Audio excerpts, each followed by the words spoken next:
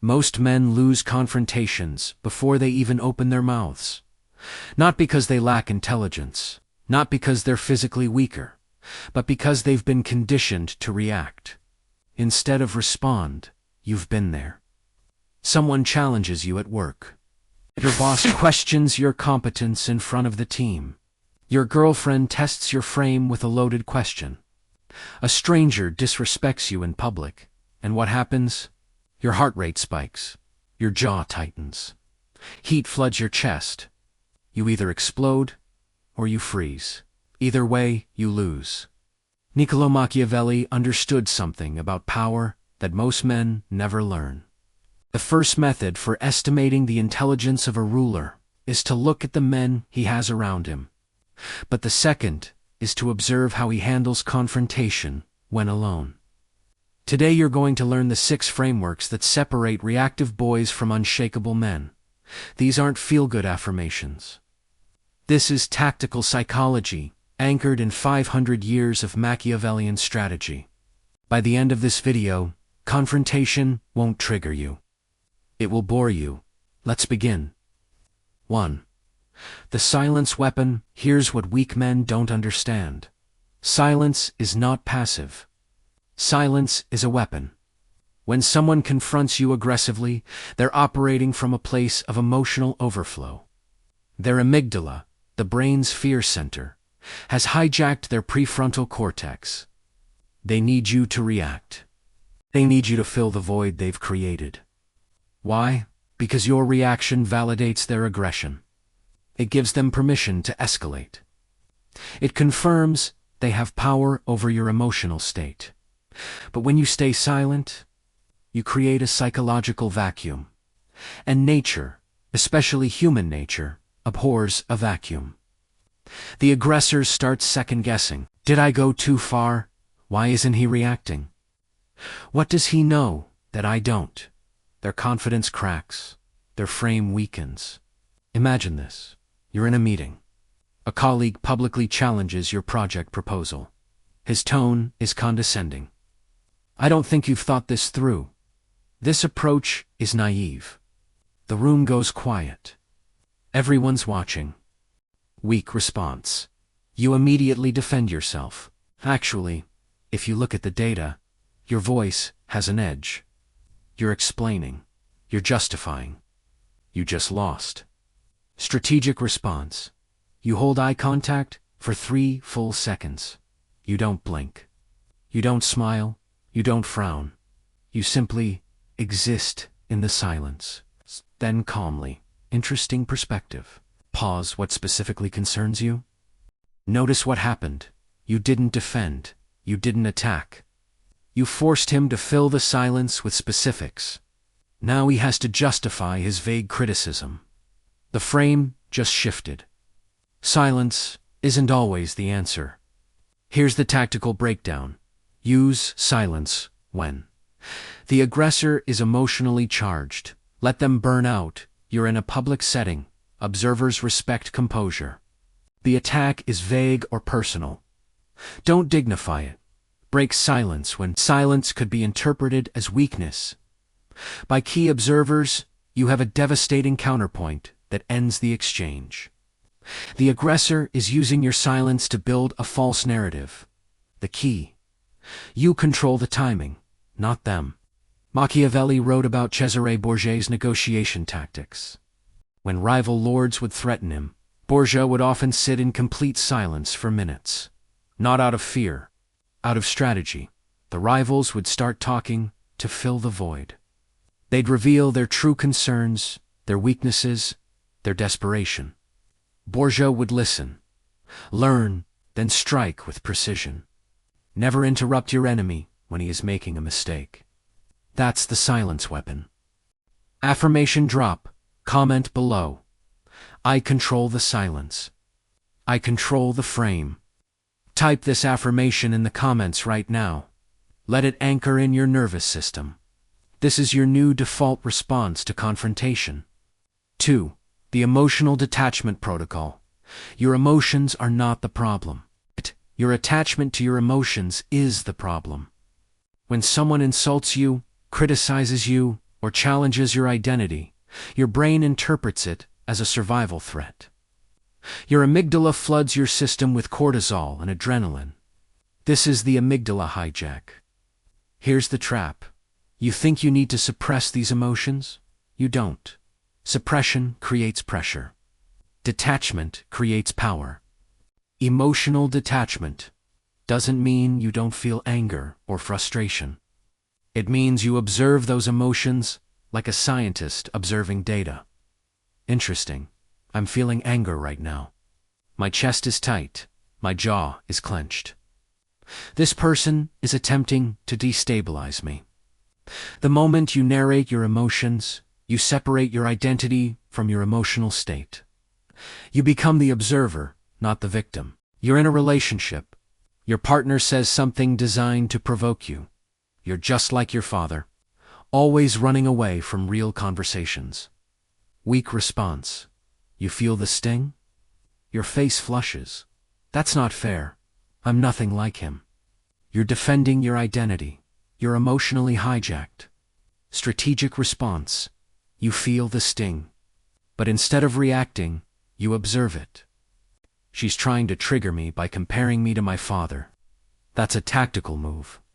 She wants me emotional, so I'll validate her frame. Then you respond. Calm, measured.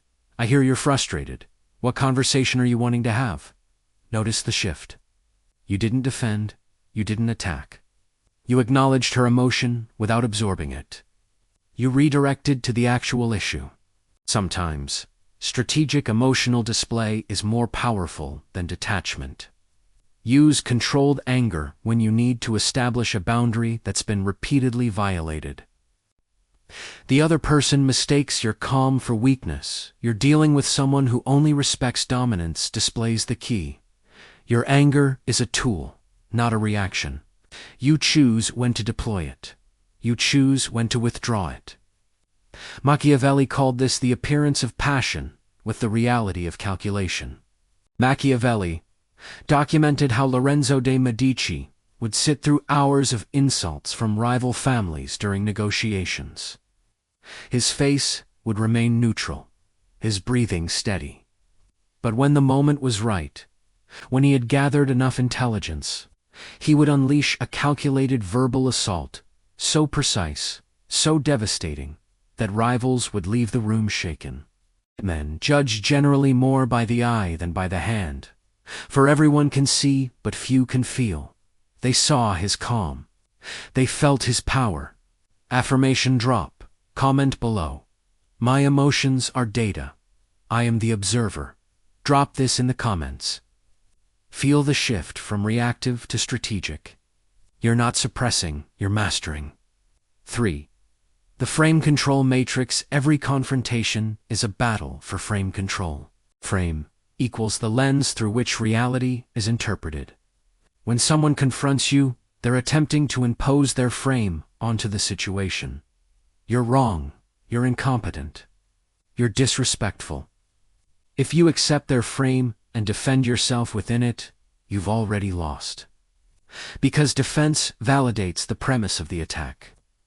Frame control means you define reality, not them. Here's the tactical breakdown. Their frame. You screwed up this project. Your frame. I made a strategic decision based on available data. Let's discuss the outcome. Here. You never listened to me.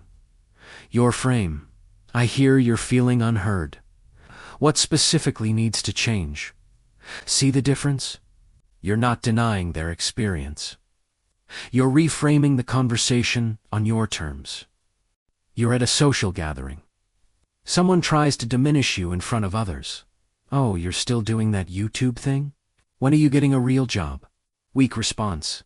Actually, I'm building a business. You're defending. You're in their frame. You're justifying your choices to someone who doesn't respect them. Strategic response. Slight smirk. Calm tone. I love that you're concerned about my career. How's yours going? You just flipped the frame. Now they're on defense. And you did it without aggression. Just strategic redirection. The master level move. Reframe by agreeing with the surface, then redirecting to your frame. Their attack: you're too sensitive. Your reframe: you're right, I do pay attention to details most people miss. That's why I catch things early. Their attack: you're arrogant. Your reframe: I can see how confidence might look like arrogance to someone who's still building theirs. Notice the pattern. You're not defending. You're not attacking. You're simply operating in a different reality, one where you define the terms. When Machiavelli was accused of conspiracy and tortured, he didn't defend his innocence desperately. Instead, he reframed the entire situation in his letters. He wrote, "I have been more faithful to the state than those who accuse me. Time will reveal who truly served Florence." He shifted the frame from guilty conspirator to loyal servant, betrayed by lesser men. History proved him right. Everyone sees what you appear to be. Few experience what you really are. Control the appearance. Control the frame. Affirmation drop, comment below. I define reality. I control the frame. Comment this now. Let it sink into your subconscious. You're not playing their game, you're creating your own. 4. The strategic retreat. Here's what ego-driven men never learn. Walking away is not weakness. It's the ultimate power move. Why? Because it demonstrates something terrifying to your opponent. You don't need this confrontation. When you refuse to engage, you communicate at a subconscious level. Your opinion of me has zero impact on my reality. Your aggression is irrelevant. You are irrelevant. This destroys the aggressor's entire strategy. They need your reaction. They need your validation. They need proof that they can affect you. When you deny them that, they spiral. You're in a heated argument with a friend who's trying to bait you into an ego battle. You think you're so much better than everyone. You're not special. Weak response. You take the bait. I never said I was better than anyone. Now you're defending your character. You're emotionally invested in winning this pointless argument. Strategic response. Calm, final tone, I can see you're upset. I'm going to step away from this conversation. We can talk when you're ready to have a productive discussion. Then you leave physically. No dramatic exit. No slamming doors. You simply remove yourself from the battlefield. What happens next? One of two things. They realize their aggression was unproductive and approach you later with respect. They continue spiraling alone, proving they were never worth engaging with either way. You win. Strategic retreat isn't about running away. It's about choosing your battles with surgical precision. Retreat when the other person is emotionally flooded. Logic is impossible. You're being baited into a public spectacle. They want an audience. The confrontation has no strategic value. Pointless ego battle. You're starting to feel emotionally hijacked. Preserve your composure. Stand your ground when a critical boundary is being violated. This sets precedent. Witnesses need to see your strength. Social capital matters. Retreat would be interpreted as submission by key players. You have a decisive countermove that ends the conflict. The difference between a weak man and a strategic man. The weak man reacts to every provocation. The strategic man chooses which battles deserve his energy. Machiavelli wrote extensively about military retreats. He studied how great generals would abandon entire cities to preserve their armies for battles that actually mattered. He documented Fabius Maximus, the Roman general who refused to engage Hannibal in direct battle. While critics called him a coward, Fabius understood something profound. He who knows when to fight and when not to fight will be victorious. Hannibal eventually left Italy, frustrated and depleted. Fabius won the war by refusing to fight on his enemy's terms. The wise man does at once what the fool does. Finally, walk away early, win later. Affirmation drop, Comment below. I choose my battles. I preserve my power. Type this affirmation now. Feel the liberation of not needing to prove yourself in every confrontation. Strategic retreat is strength. 5. The mirror technique. Here's an advanced tactic most men never discover. You can reflect aggression back to its source without absorbing any of it. Think of yourself as a psychological mirror. When someone projects their insecurity, manipulation, or hostility onto you, you don't absorb it. You don't react to it. You simply reflect it back with calm precision. This does two things. It forces them to confront their own behavior. Most people are unconscious of their tactics. It demonstrates you're immune to manipulation. You see the game they're playing? The mirror technique is not passive-aggressive. It's not sarcastic. It's clinical observation delivered with neutral tone. Someone at work tries to manipulate you with guilt. I guess you're too busy to help the team. Must be nice to only care about yourself. Weak response. You feel guilty. No, I do care. I've been helping. You're defending yourself against a false accusation. You're absorbing their manipulation. Strategic response. Calm, observational tone. I notice you're trying to make me feel guilty for setting boundaries. That's an interesting approach. What do you actually need? You just held up a mirror. You named their tactic, without judgment. You forced them to either acknowledge their manipulation, unlikely but powerful retreat, and make a direct request more common.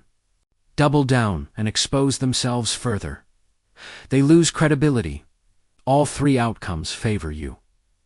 The advanced version. Use their exact tactic against them, but with awareness. Their tactic. Passive-aggressive comment must be nice to have so much free time. Your mirror. Matching their tone exactly must be nice to have time to worry about other people's schedules. Their tactic. Gaslighting you're being too sensitive. Your mirror. Interesting that you're sensitive about me having feelings about this. Their tactic. Projection. You're so defensive. Your mirror. I notice you're getting defensive about me setting a boundary. The key? You're not being petty. You're demonstrating that you see their game. And once they know you see it, the game loses power. Machiavelli documented how Cesare Borgia dealt with treacherous allies. When a lord would send a messenger with veiled threats disguised as concerns, Borgia would send the messenger back with the exact same message, word for word. The lord would receive his own threat reflected back to him. The message was clear. I see your game, and I can play it better. Most lords never tried again. Men are so simple and so subject to present necessities that he who seeks to deceive will always find someone who will allow himself to be deceived. But not you. Not anymore. Affirmation drop. Comment below. I reflect aggression. I absorb nothing.